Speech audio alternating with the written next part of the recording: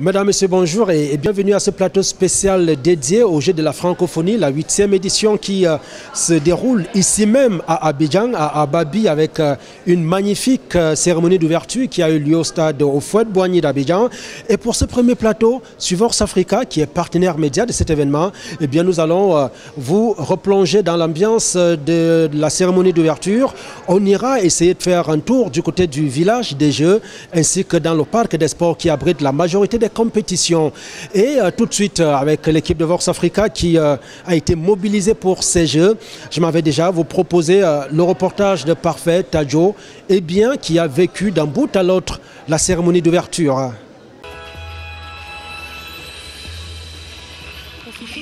Il était plus de 19h temps universel vendredi 21 juillet quand s'ouvrait à Abidjan, la capitale économique ivoirienne, le 8e jeu de la francophonie.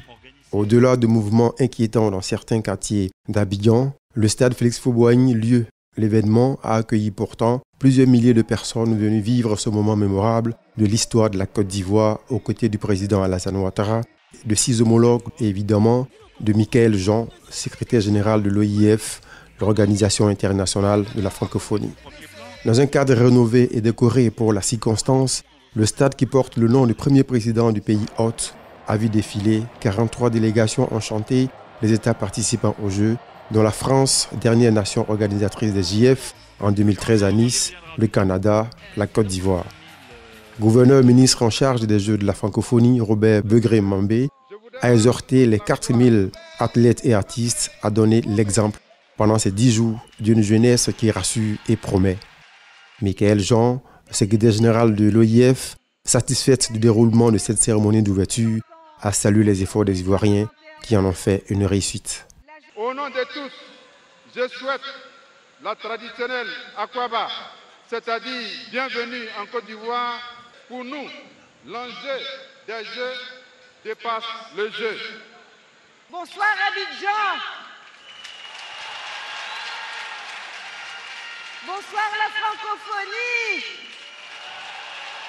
Nous démontrons à la face du monde la force de l'amitié, la force de la fraternité entre les peuples, la force de la riche diversité de nos cultures et de nos langues, la force aussi de la langue française qui est notre trait d'union, la force de pouvoir se lancer tous les défis à travers les arts et à travers les sports. Alassane Ouattara a estimé pour sa part que la Côte d'Ivoire est heureuse et fière d'accueillir les Jeux de la francophonie, réunissant tous les 4 ans les pays ayant en commun l'usage de la langue française, trait d'union, selon lui, entre 275 millions de personnes, de races, de religions et de cultures différentes. Ces compétitions rassemblent plus d'une semaine durant des sportifs de plusieurs disciplines dont le football, la lutte, l'athlétisme, les arts martiaux et des hommes et femmes de culture, notamment des conteurs et des peintres.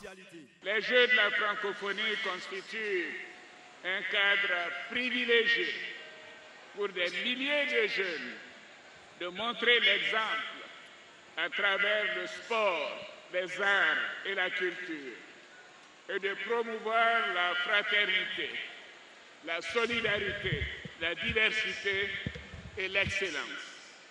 Nous devons tous prendre conscience des atouts qu'offre cet espace. Les artistes Kumba Goualo du Sénégal, José et le groupe Magique Système de la Côte d'Ivoire ont apporté alternativement avec des groupes artistiques de fortes notes de gaieté aux nombreux jeunes, mais aussi aux personnalités vendredi dans un stade hautement sécurisé. Plus de 10 000 gendarmes, policiers et militaires ayant été mobilisés pour ces Jeux qui prennent fin dimanche 30 juillet 2017 et dont les entrées des différents sites sont gratuitement offertes à la population. La fête du vendredi soir s'est achevée par un impressionnant feu d'artifice lancé depuis la lagune ébriée au plateau, la cité des affaires à Abidjan. Prochain rendez-vous des Jeux de la francophonie au Canada en 2021. De ces 8e Jeux de la francophonie. On vous laisse savourer ce spectacle. Et donc, à en témoigner les images de cette cérémonie d'ouverture, on peut s'en convaincre que tout se passe dans le meilleur des mondes pour les Jeux de la francophonie, en tout cas pour ce qui est de l'ouverture.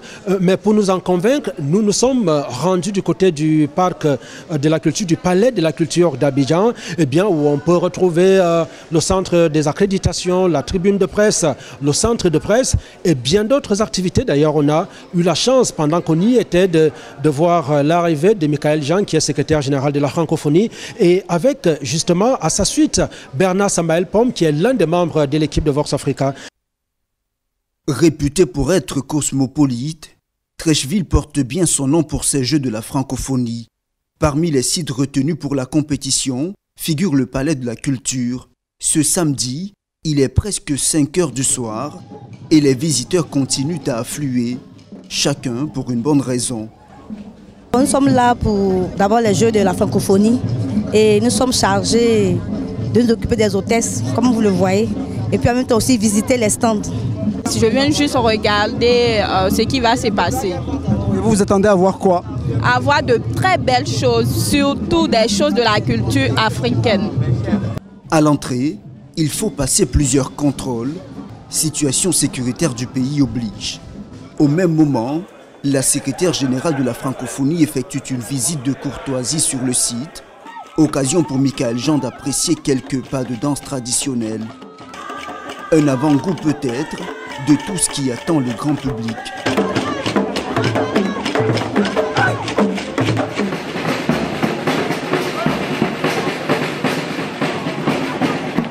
Alors que le folklore se poursuit à l'entrée, à l'arrière du palais, l'ambiance est bien différente.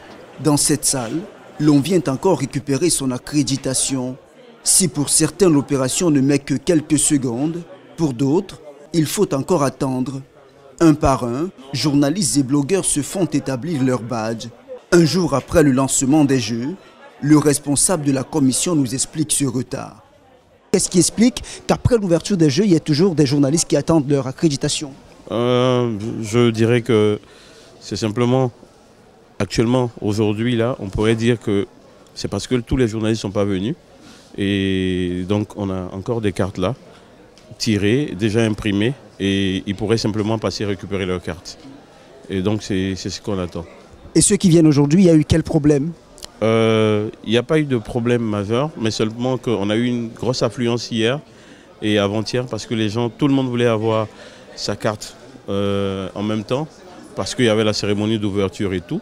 Et donc, on a procédé par élimination et on a essayé de servir tous ceux qui étaient là.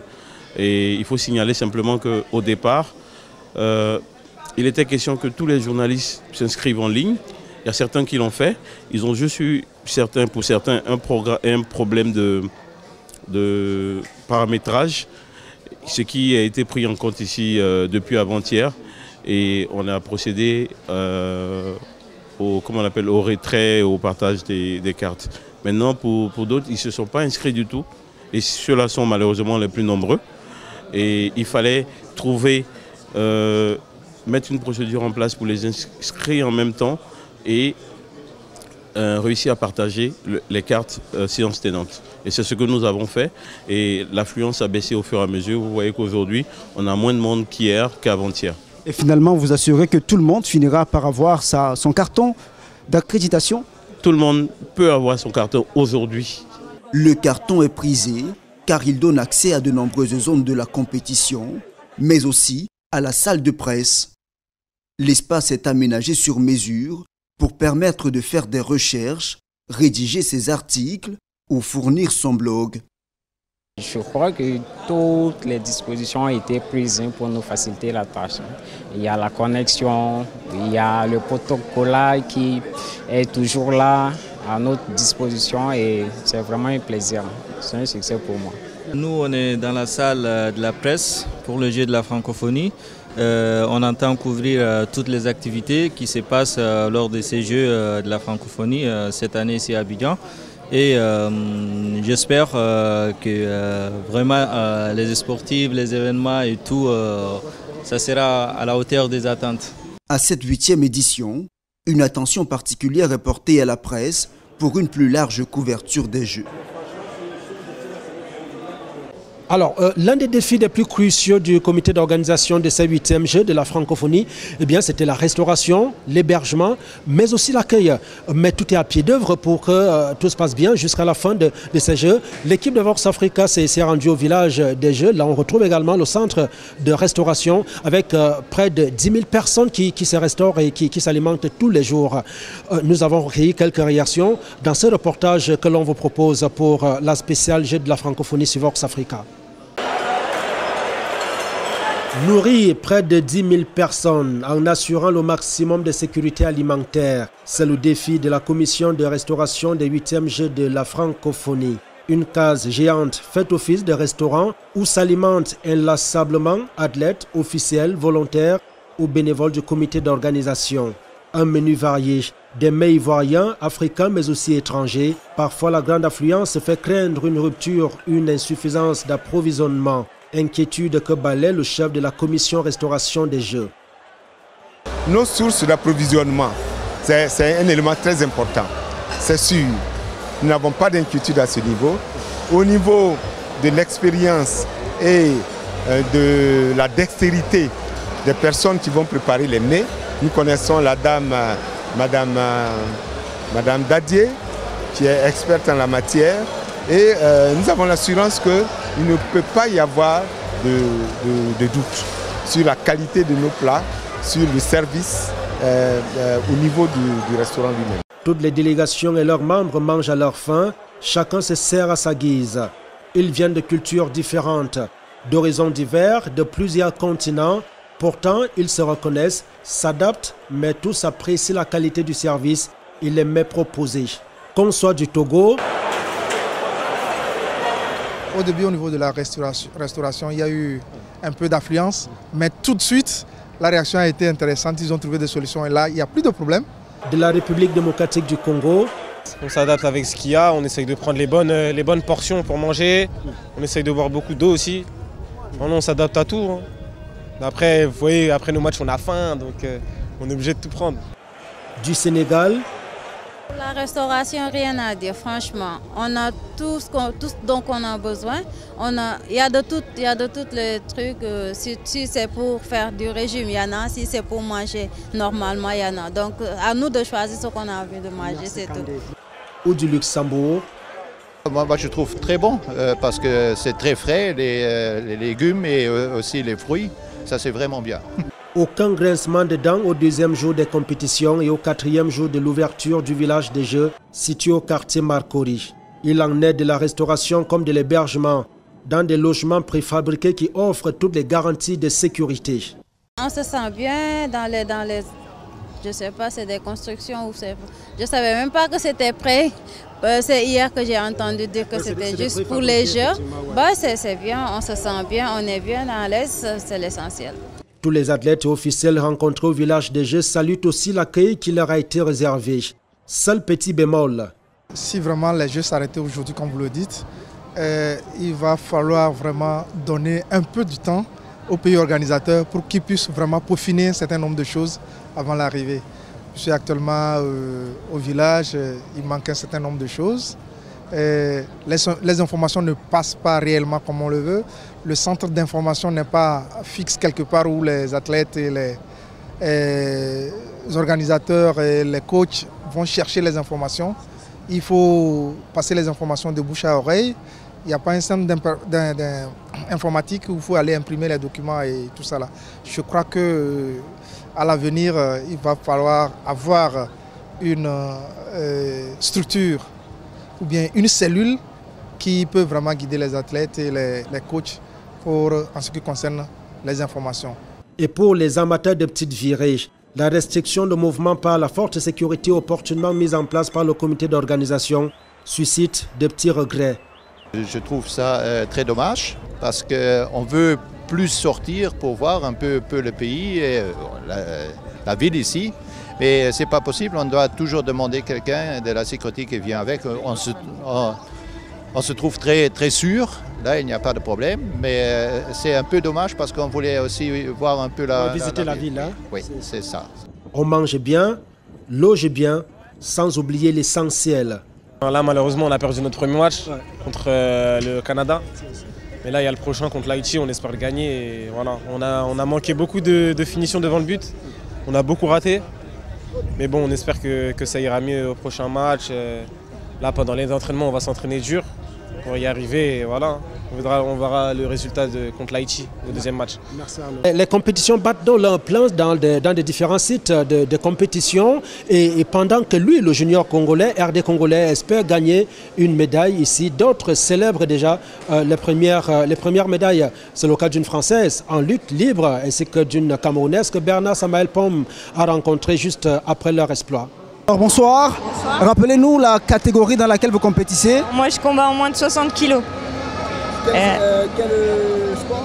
En lutte, et je m'appelle Basso Aurélie, je représente la France. D'accord. Et qu'est-ce que ça vous fait dès l'ouverture des Jeux de remporter cette médaille d'or? Ben, ça fait plaisir et c'est de bon augure pour mes compatriotes pour amener d'autres médailles. Alors, vous participez également à d'autres disciplines en dehors de celle-ci? Non, que à la lutte libre. Et donc pour vous, la compétition s'achève très bien. Voilà, exactement, vous avez tout dit. Vous vous en sortez à la 3e position. Quel est votre sentiment? Déjà, j'avoue que j'ai été déçue. Parce que mon combat qui me mène à la 3e place a été truqué. Oui, dans les normes, j'allais discuter la médaille d'or.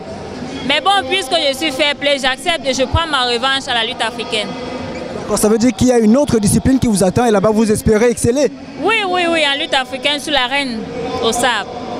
Mais déjà au fond, est-ce qu'il n'y a pas quand même une fierté? Vous êtes certainement la première Camerounaise à avoir cette médaille. Si, déjà que j'étais la première africaine à être médaillée, tout ont été battus avant moi, donc je suis très fière. Eh bien, les Jeux de la francophonie, c'est bien sûr le sport, mais aussi la culture et beaucoup d'autres activités, mais beaucoup de visiteurs également. L'équipe de Vox Africa a rencontré le président du comité national olympique et sportif français qui parle bien sûr de ces 8e Jeux de la francophonie, mais il extrapole un tout petit peu sur la candidature parisienne pour les Jeux olympiques de 2024. C'est au micro de Vox Africa. Merci de répondre aux questions de Vox Africa. Bonjour. Bonjour. Alors, je suppose que vous avez pris part à la cérémonie d'ouverture de ces 8e Jeux de la francophonie. Votre pays, la France, en a accueilli les 7e du côté de Nice. S'il y avait une petite comparaison à faire, on est en Afrique, vous étiez en Europe, en France, en 2013. Qu'est-ce que vous noteriez? Qu'est-ce que vous feriez comme remarque?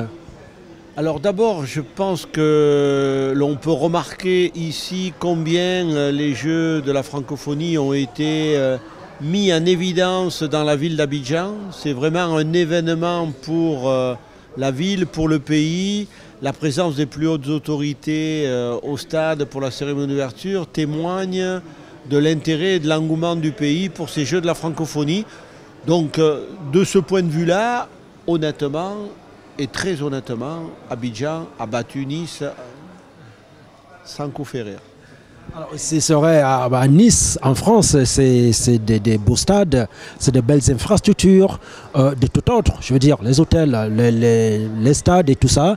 Mais ce que vous voyez depuis que vous êtes à Abidjan, est-ce que c'est semblable au-delà justement de cette mobilisation des gouvernants? Non, je crois qu'en fait, ce qui est important à souligner, c'est la manière avec laquelle l'événement a été traduit en termes de popularité, en termes d'engouement médiatique et en termes de soutien populaire aussi. Et je pense que de ce point de vue-là, la cérémonie d'ouverture était aussi quelque chose de frappant sur le plan du rassemblement populaire, de l'enthousiasme qu'il y avait autour de ces Jeux. Alors, pas simplement sur le côté sportif ou culturel, c'est aussi... Ce qui transparaissait, c'est l'envie de célébrer la francophonie. Et ça, je pense que tout le monde l'a remarqué.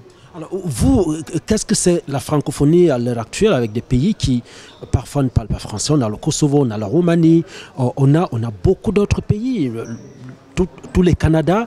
Eh bien, quelle définition donnez-vous aujourd'hui à la francophonie? Oui, mais il ne s'agit pas simplement de pays qui ont la langue française comme première langue. Il s'agit de pays dans lesquels il y a une tradition, une histoire, une culture liée à la pratique de la langue française. Et je crois que c'est important, justement, de permettre à ces pays d'être encore présents, de participer pour justement que l'importance de la langue française dans ces pays-là puisse soit augmenter, au moins ne pas diminuer. Alors c'est sûr qu'il n'y a pas que des pays dans lesquels il n'y a que le français comme langue d'utilisation, mais c'est à travers la promotion de la pratique du français qu'il faut voir la participation de ces pays. Alors, Monsieur le Président, l'occasion fait le larron. Vous êtes président du Comité national olympique français et on passe déjà à 2024. Paris est candidate pour l'organisation des Jeux olympiques. Alors dites-nous exactement où en êtes-vous, qu'est-ce qu'il en est de cette candidature de Paris et de la France? Alors on est toujours aussi motivé, aussi mobilisé pour obtenir l'organisation des Jeux olympiques et paralympiques en 2024. Ce qu'il faut savoir, c'est qu'il n'y a plus que 2 villes candidates, Paris et Los Angeles. Et que le CIO, lors de sa session de la semaine dernière, a voté à l'unanimité un texte selon lequel, s'il y a un agrément entre les 2 villes, agrément signifiant qu'une serait candidate pour 2024, l'autre pour 2028, la session du CIO qui se déroulera à Lima le 13 septembre déciderait alors d'une double attribution. S'il ne devait pas y avoir d'agrément, à ce moment-là, on retournerait à la case départ, c'est-à-dire un vote pour 2024 seulement, avec un gagnant et un perdant. Le perdant se retrouvant ensuite en situation de soit candidater à nouveau contre d'autres villes en 2028, soit ne pas candidater du tout si tant est qu'il pourrait être trop déçu pour cela. Donc on est aujourd'hui avec une petite incertitude.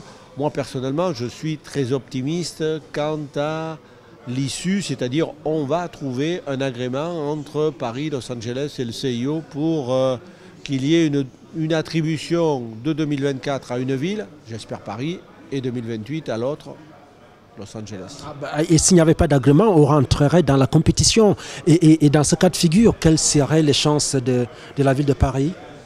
S'il n'y avait pas d'agrément, effectivement, on rentrerait dans une compétition. Pour l'instant, on a préparé les choses comme si on était dans cette compétition. Donc on y va avec la confiance du sportif de haut niveau qui sait qu'il s'est bien préparé, que la performance est à portée de ses mains, mais avec l'humilité aussi qui sied à la valeur de la concurrence. Donc écoutez, on fait chaque jour suffit sa peine. Vous avez l'impression que toute la France s'est vraiment mobilisée pour cette candidature parisienne? Oui, alors toute l'unanimité est évidemment impossible à satisfaire, mais on est avec un pourcentage de Français très élevé, de l'ordre de 3/4 à 80%, qui supportent la candidature, supportent au sens anglais du terme évidemment, c'est-à-dire en tant que supporter, pour qu'elle puisse aboutir. Je pense que les Français ont envie, parce qu'ils sont sportifs, parce qu'ils ont envie de célébrer les Jeux, parce qu'ils ont envie de vivre un événement exceptionnel et qu'ils ont surtout envie de faire du sport un enjeu de société. Et les Jeux sont, tout le monde le sait, un formidable accélérateur d'une telle prise de conscience. Merci, peut-être nous retrouverions-nous en 2024 à Paris. Merci infiniment d'avoir répondu aux questions de Vox Africa. Merci à vous. 2024, c'est aussi des Jeux pour la francophonie, parce que je pense que si on avait le bonheur d'être choisi, ces Jeux seraient l'occasion d'une performance accrue pour le sport français, mais aussi pour le sport francophone. Merci, Monsieur le Président. Merci à vous.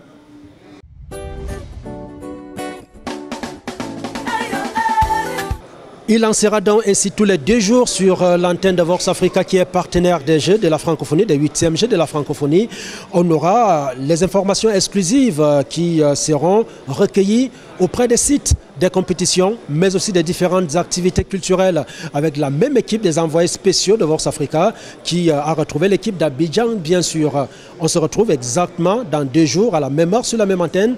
On vous recommande tout simplement de rester en compagnie des programmes de votre chaîne panafricaine Vox Africa.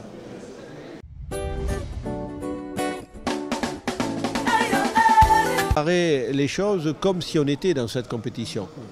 Donc on y va avec la confiance du sportif de haut niveau qui sait qu'il s'est bien préparé, que La performance est à portée de ses mains, mais avec l'humilité aussi qui sied à la valeur de la concurrence. Donc, écoutez, on fait chaque jour suffit sa peine. Vous avez l'impression que toute la France s'est vraiment mobilisée pour cette candidature parisienne? Oui, alors toute l'unanimité est évidemment impossible à satisfaire, mais on est avec un pourcentage de Français très élevé, de l'ordre de 3/4 à 80%, qui supportent la candidature, supportent au sens anglais du terme évidemment, c'est-à-dire en tant que supporter, pour qu'elle puisse aboutir. Je pense que les Français ont envie, parce qu'ils sont sportifs, parce qu'ils ont envie de célébrer les Jeux, parce qu'ils ont envie de vivre un événement exceptionnel et qu'ils ont surtout envie de faire du sport un enjeu de société. Et les Jeux sont, tout le monde le sait, un formidable accélérateur d'une telle prise de conscience. Merci, peut-être nous retrouverions-nous en 2024 à Paris. Merci infiniment d'avoir répondu aux questions de Vox Africa. Merci à vous. 2024, c'est aussi des Jeux pour la francophonie, parce que je pense que si on avait le bonheur d'être choisi, ces Jeux seraient l'occasion d'une performance accrue pour le sport français, mais aussi pour le sport francophone. Merci, Monsieur le Président. Merci à vous.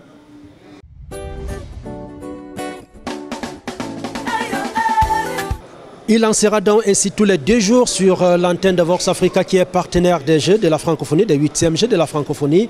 On aura les informations exclusives qui seront recueillies auprès des sites des compétitions, mais aussi des différentes activités culturelles avec la même équipe des envoyés spéciaux de Vox Africa qui a retrouvé l'équipe d'Abidjan, bien sûr.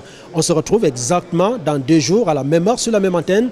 On vous recommande tout simplement de rester en compagnie des programmes de votre chaîne panafricaine Vox Africa.